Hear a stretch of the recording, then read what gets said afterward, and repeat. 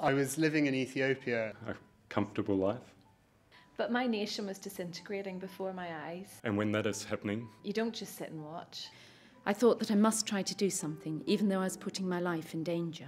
I had a lot of friends who also felt the same. None of them are alive now. The government tried to imprison me. And so I disappeared and Crossed over into Sudan. I left my wife and 5-year-old son.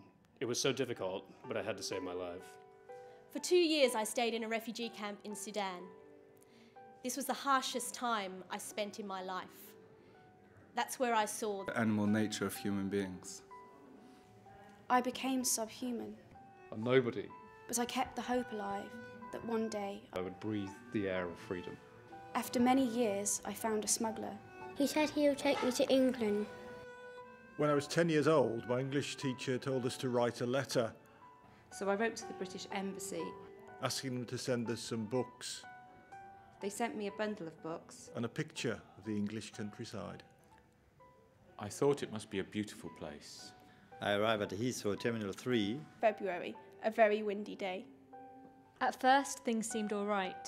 I applied for asylum and waited. Then I got the letter that said I was refused asylum.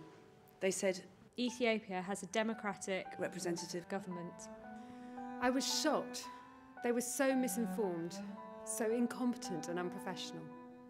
I appealed and they refused me again. That was a very low point. Since then, I've been waiting many years for some more news about my status.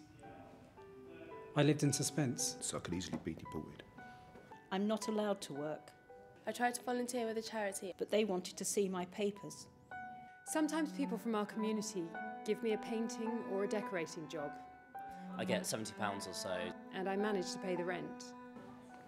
The psychological impact is very deep. And complex. Whenever I get on the underground or jump on the bus, I feel like the visa of illegality is stamped on my back. I love the British Museum. As it's free, I go there 3 times a week. Ask me about the Vikings, or the Romans, or the Aztecs. I have been to all the museums. And I read a lot, actually. I love English literature. Charles Dickens, Great Expectations, A Tale of Two Cities. Brilliant. Genius. I managed to save my life. That's the greatest achievement.